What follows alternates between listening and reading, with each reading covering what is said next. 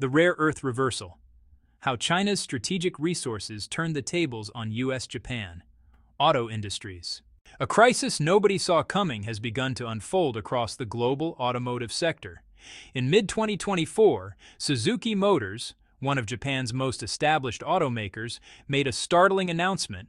Several of its production facilities in Japan would need to halt operations temporarily. The reason? A critical shortage of rare earth elements essential to modern vehicle manufacturing. This wasn't an isolated incident. Across the Pacific, Ford Motor Company faced a similar predicament, forced to pause assembly lines for its popular Explorer SUV due to the same supply constraints. These disruptions weren't caused by natural disasters, shipping delays, or pandemic-related bottlenecks. Instead, they emerged as an unintended consequence of escalating economic tensions between the world's two largest economies, and China's calculated response using one of its most powerful strategic assets. The irony is almost poetic. The United States launched aggressive measures to contain China's rapidly expanding electric vehicle sector, only to watch its own automotive industry, and that of its close ally Japan, suffer the collateral damage. What happened?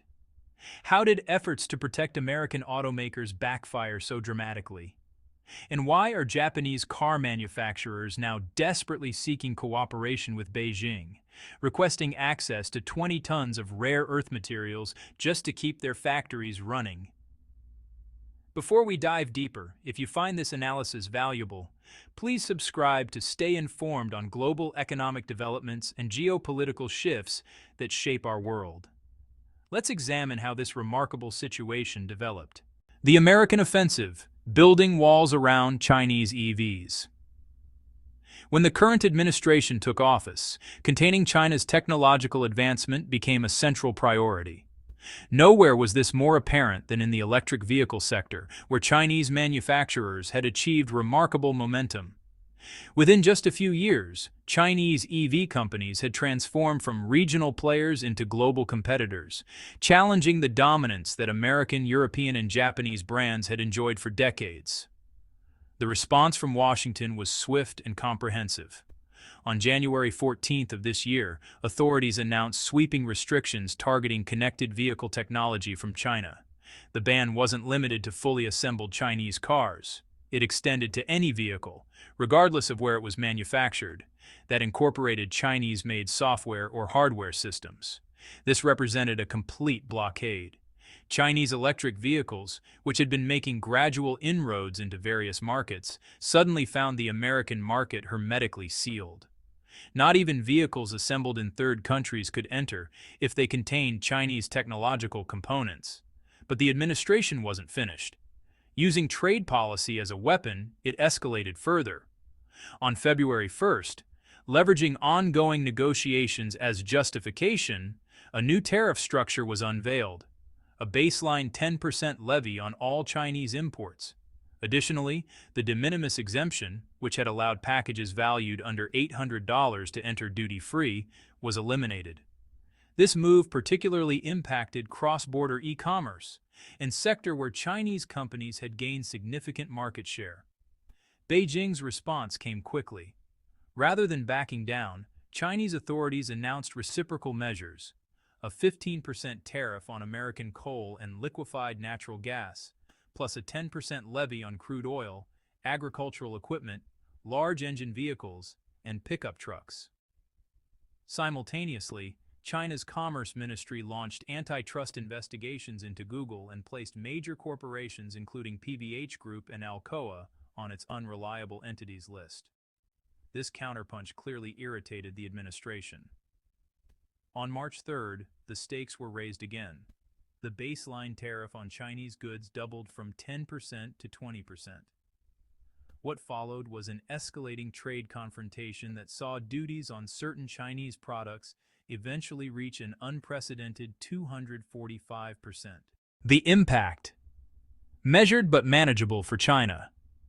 These aggressive trade measures did create tangible effects on China's automotive exports. Following the implementation of a 25% tariff on Chinese vehicles in early April, shipments of complete automobiles to the United States plummeted dramatically, from approximately 380,000 units in 2023 to roughly 120,000 in 2024, representing a 68% decline. Traditional gasoline-powered vehicles bore the brunt of this reduction. Electric vehicles, interestingly, maintained relatively better positioning due to continuing domestic demand in certain American markets and existing policy incentives that hadn't been completely dismantled. The tariffs extended beyond finished vehicles to components and parts. American automakers, many of whom had integrated Chinese suppliers into their production networks, suddenly faced surging procurement costs.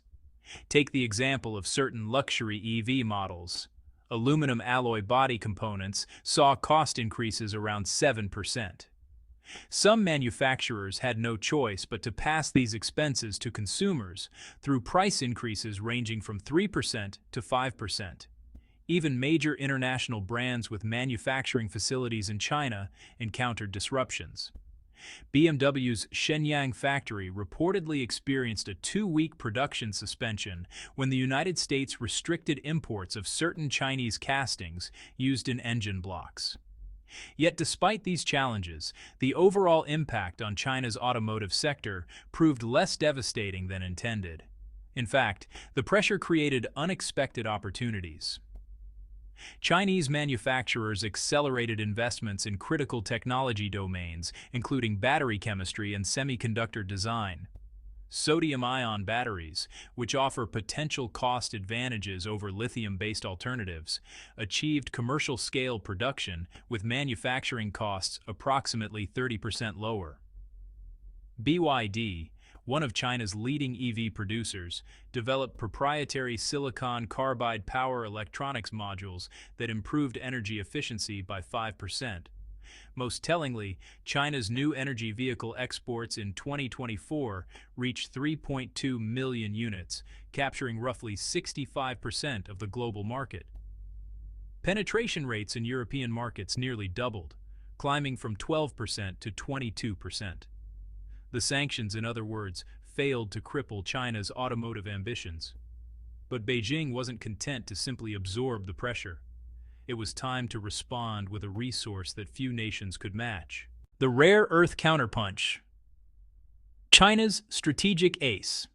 So, rare earth elements, despite what their name might suggest, aren't actually all that rare when it comes to geological abundance. What really makes them strategically critical is, well, the sheer complexity, high cost, and environmental impact of refining them into usable materials. These elements are absolutely essential for manufacturing high-technology equipment. Think electric vehicle motors, precision electronics, renewable energy systems, and, of course, advanced military hardware. Industry experts, often call them industrial vitamins, small in quantity, but honestly, vital for functionality. Here's the crucial reality. China controls more than 60% of global rare earth refining and processing capacity, with especially dominant positioning in medium and heavy rare earth elements. This means that even if other nations, like Australia, Myanmar, or the United States, extract rare earth ores from their own mines, converting those raw materials into refined products suitable for manufacturing almost always requires Chinese processing facilities. On April 4th, Beijing really played this strategic advantage. The Chinese government announced suspension of export privileges for 6 American companies and implemented export controls on 7 categories of medium and heavy rare earth-related materials. The impact was, frankly, immediate and severe. Over 12,000 components in American military supply chains involving gallium and germanium faced disruption. Lockheed Martin's F-35 fighter jet production lines reportedly experienced delays, with some deliveries pushed back to 2027. The supply chains for Virginia-class nuclear submarines, which rely on permanent magnet motors for propulsion, encountered similar constraints. Even precision-guided weapons like Tomahawk cruise missiles, which depend on rare Earth-based guidance systems, faced potential shortages. The trade war climax, America blinks. After more than 2 months of escalating tariffs and counter-tariffs, it became clear that the United States was suffering more than anticipated. In May, representatives from both nations convened in Geneva, Switzerland, for some pretty intensive economic negotiations. Following a marathon negotiating session, lasting over 24 hours, a preliminary agreement finally emerged. The United States agreed to maintain a 10% tariff on select product categories while eliminating the more extreme duties that had been imposed. China, in turn, canceled its reciprocal tariffs and committed to gradually normalizing trade relations. However, and this detail is crucial, China did not lift its export controls on the 7 categories of medium and heavy rare earth materials. Those restrictions remained firmly in place. What makes this outcome particularly fascinating is that China's rare earth strategy, primarily aimed at countering American pressure, created severe unintended consequences for another major economy, Japan. Japan's automotive crisis. Collateral damage. Japan's automotive industry represents, honestly, one of the nation's most important economic pillars. Manufacturers like Suzuki, Toyota, and Nissan collectively export millions of vehicles annually to markets spanning Europe, North America, Southeast Asia, and the Middle East. Modern vehicles, especially hybrid and electric models, require extensive use of high-performance rare earth materials in their permanent magnet motors, battery systems, and electronic control units. Elements like neodymium, dysprosium, and terbium, classified as medium and heavy rare earths, are, well, absolutely indispensable. Japanese automakers have historically relied heavily on Chinese sources for both raw rare earth materials and refined products. During the first half of 2024 alone, China exported over 30,400 tons of rare earth products globally. Nearly half of these exports, 49.76%, went to Japan. When China implemented its export controls targeting the United States, Japanese manufacturers found themselves caught in the crossfire. At the end of June, Suzuki Motor Corporation issued a statement explaining that due to delayed deliveries of rare earth-containing components from China, several domestic production lines would need temporary suspension. The affected parts primarily involved automotive electronic systems and engine components, critical elements that just can't be easily substituted. This announcement sent ripples of concern throughout Japan's automotive sector. If Suzuki, a major manufacturer with global reach, was experiencing such difficulties, how many other companies faced similar but undisclosed supply constraints? Consider Suzuki's scale. In 2024, the company exported 3.24 million vehicles globally, a 5.7% year-over-year increase. Their products reach approximately 100 countries and regions across Africa, Latin America, Asia, and the Middle East. India represents Suzuki's strongest market, where the company commands an impressive 41.6% market share, meaning roughly 1 of every 2.4 cars sold is a Suzuki. Suzuki has made massive investments in expanding its Indian manufacturing footprint.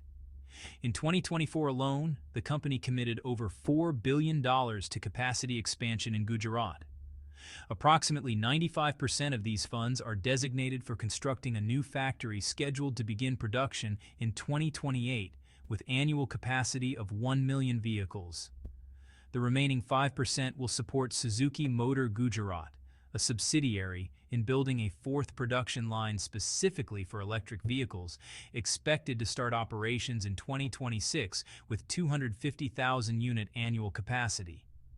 Once both facilities reach full operation, Suzuki's total annual production capacity in India would hit 2 million vehicles, a staggering figure representing significant long-term strategic commitment. But here's the problem.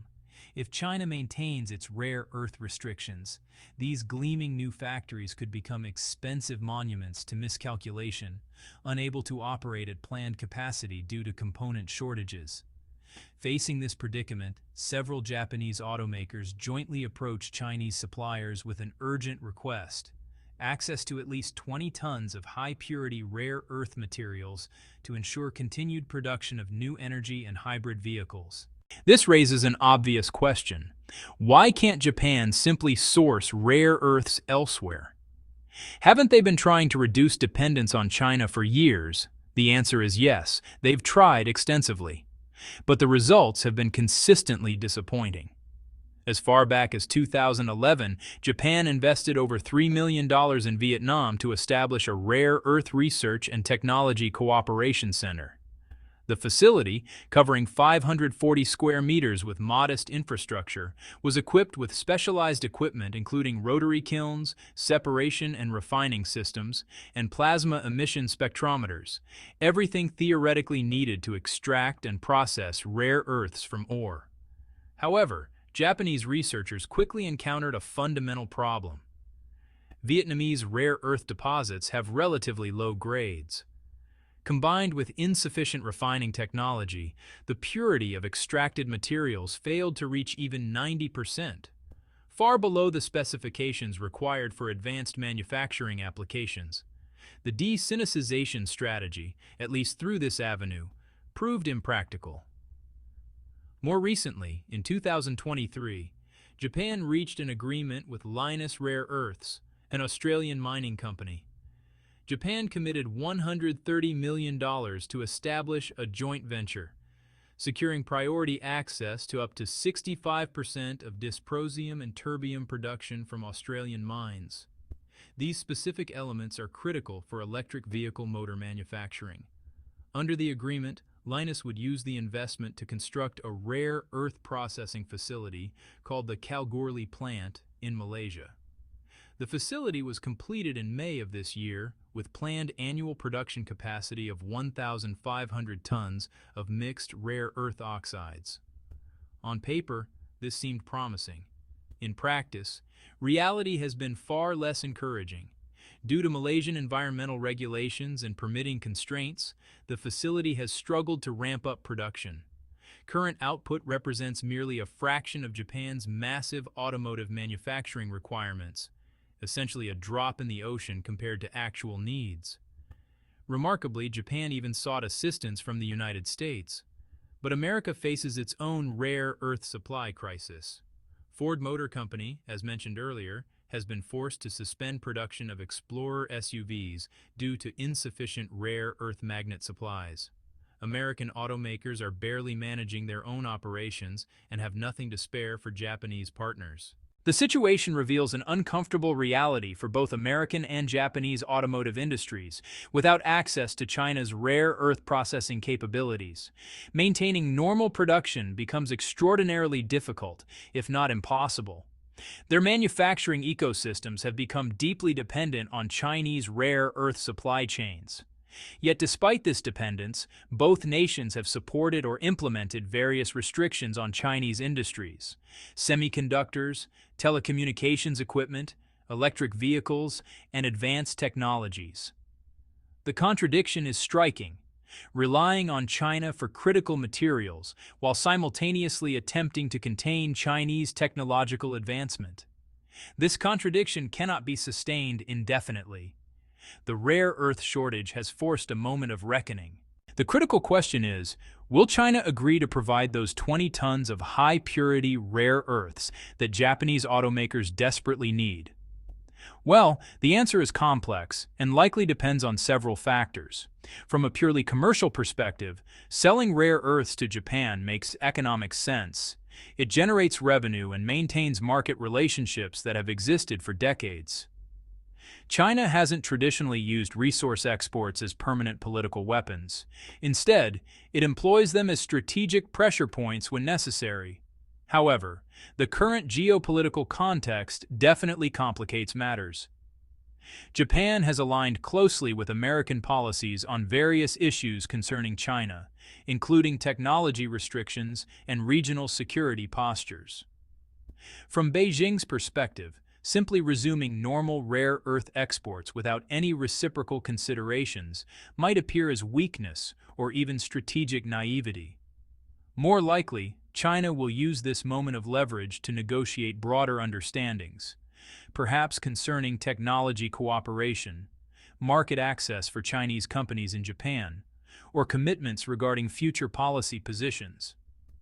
Rare earth access might become conditional on Japanese automakers deepening partnerships with Chinese suppliers or establishing joint ventures that benefit both sides. What's clear is that the balance of power in this negotiation heavily favors China. Japanese manufacturers need these materials immediately to avoid production disruptions that could cost billions in lost revenue and market share. China, meanwhile, faces no comparable urgency. The longer negotiations extend, the more pressure Japanese companies will feel. The broader implications here are really about rethinking strategic dependencies. This episode carries implications extending far beyond rare earths and automobiles. It demonstrates how economic interdependence, often celebrated as a source of mutual benefit and peace, can transform into strategic vulnerability when geopolitical tensions escalate. For decades, global manufacturing operated on principles of efficiency and specialization. Nations and companies focused on their comparative advantages, creating complex supply chains spanning multiple countries and continents. This system delivered remarkable cost reductions and productivity gains. But the pandemic, followed by intensifying U.S.-China tensions, has revealed the fragility embedded in these extended supply networks. When a single nation controls critical nodes, whether semiconductor manufacturing, rare earth processing, or pharmaceutical ingredients, that control becomes potential leverage during conflicts. Countries are now reassessing their strategic dependencies. Terms like friend-shoring, reshoring, and supply chain resilience have entered policy discussions worldwide. The European Union has launched initiatives to secure rare earth supplies and establish domestic processing capabilities. The United States has announced investments in rare earth mining and refining, though such facilities will take years to become operational and may never achieve cost competitiveness with Chinese operations. Japan's predicament illustrates why these efforts matter, but also why they face such difficult obstacles. Building alternative supply chains requires not just mining operations, but entire industrial ecosystems, refineries, processing facilities, quality control systems, and skilled workforces.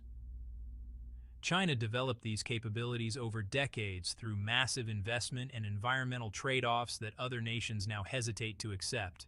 The technology paradox here is all about innovation under pressure.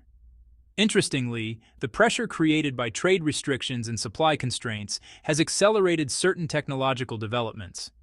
Chinese battery manufacturers, facing potential material shortages and cost pressures, have accelerated research into alternative chemistries. Sodium-ion batteries, which use far more abundant materials than lithium, have progressed from laboratory curiosities to commercial products faster than many analysts expected.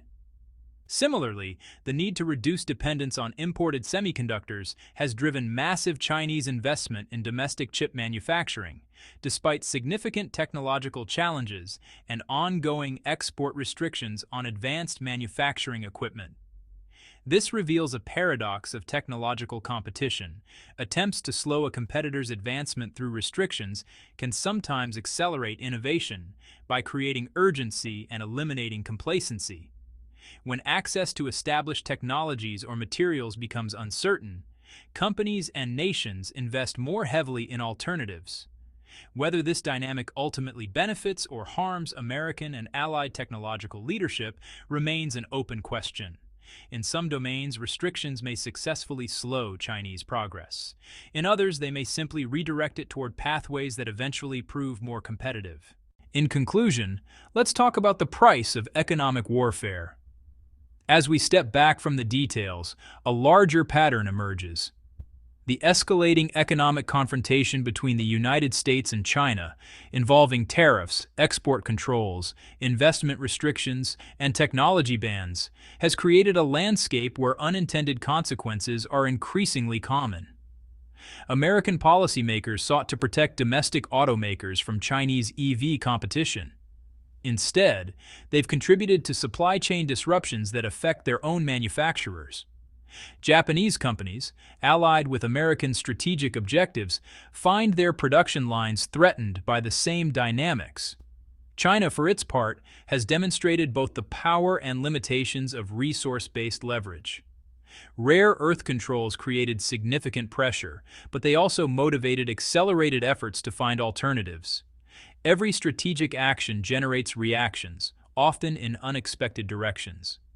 The Japanese automaker's urgent request for 20 tons of rare earth materials represents more than a simple commercial transaction. It symbolizes the uncomfortable dependencies that decades of globalization have created and the strategic dilemmas that emerge when cooperation gives way to competition. Will China supply those materials? Perhaps, but the terms will reflect the new reality of economic relations, where commercial considerations cannot be separated from geopolitical calculations, where every transaction carries strategic weight, and where the pursuit of advantage must be balanced against the risk of irreparably damaging relationships that both sides ultimately need. What's certain is that the era of purely market-driven global supply chains has ended. The question now is whether nations can construct a new framework, one that preserves enough cooperation to prevent economic catastrophe while accommodating the strategic competition that appears increasingly inevitable. For the workers on Suzuki's suspended production lines, and for consumers awaiting delayed vehicle deliveries, these grand strategic questions offer little comfort. They simply want the factories running again. Whether that happens depends less on engineering or economics than on diplomatic negotiations playing out far from the assembly floor, negotiations where rare earth elements have become pawns in a much larger game. The automotive industry built the modern world on principles of efficiency, specialization, and global integration. Now it's learning that in an age of strategic rivalry, those very principles can become vulnerabilities. How this story concludes will tell us much about the future shape of global commerce and the true costs of economic warfare in our interconnected world. Make sure to subscribe for continued analysis of these critical developments shaping the global economy and international relations.